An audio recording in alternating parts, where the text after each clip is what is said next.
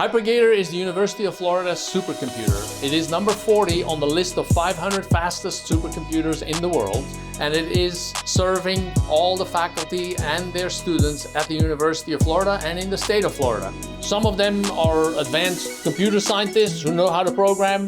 Others don't know anything about computers. They just have data and a question, and then we basically help them through the entire process. The kind of calculations that we do here are massive AI modeling, coastal modeling, medical research, agricultural research. In order to make this kind of calculation, you have to have an enormous amount of data that needs to be crunched.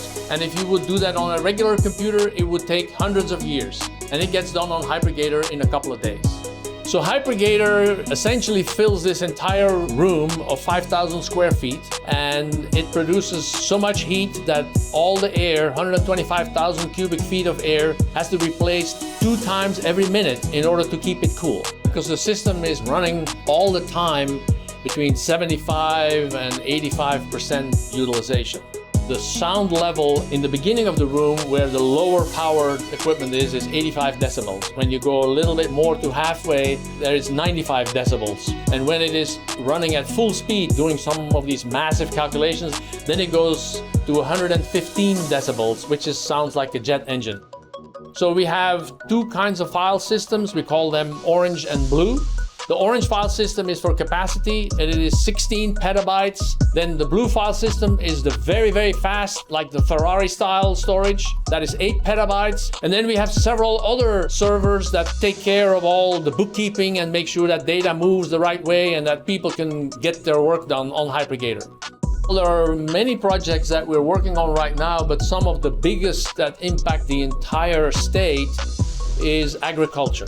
And the problem with agriculture is that it's very complex and it has lots of variables. Now, in the last decades, agricultural engineers have figured all kinds of devices to measure things. We have drone images, we have satellite images, we have humidity of fields, but that produces massive amounts of data. And if a human has to go through that data to detect, hey, something's wrong, by that time, weeks and months have gone by and the crop's already lost. So what we now have with AI is we can feed that data into HiPerGator, and it can make a decision and provide some advice to the farmers within minutes. And so then they can sort of say, oh, this corner of your crop seems to have some disease forming, or it doesn't have enough water to the roots, and they can take the correct action right then and there. The impact we make is very, very significant, and we hear that from the students, how they appreciate that their work, the research they do, or when they take the classes and they are taught certain concepts. The fact that the infrastructure is there and it just works, and we help them, we guide them to find the right tools, to do whatever they want to do, that is very satisfying. At the end of the day, we can go home and say, hey, we helped somebody accomplish something and contribute to solving cancer or protecting our coast. Everything that humans are working on as solving problems is represented, and we are contributing to making that possible and easier for them.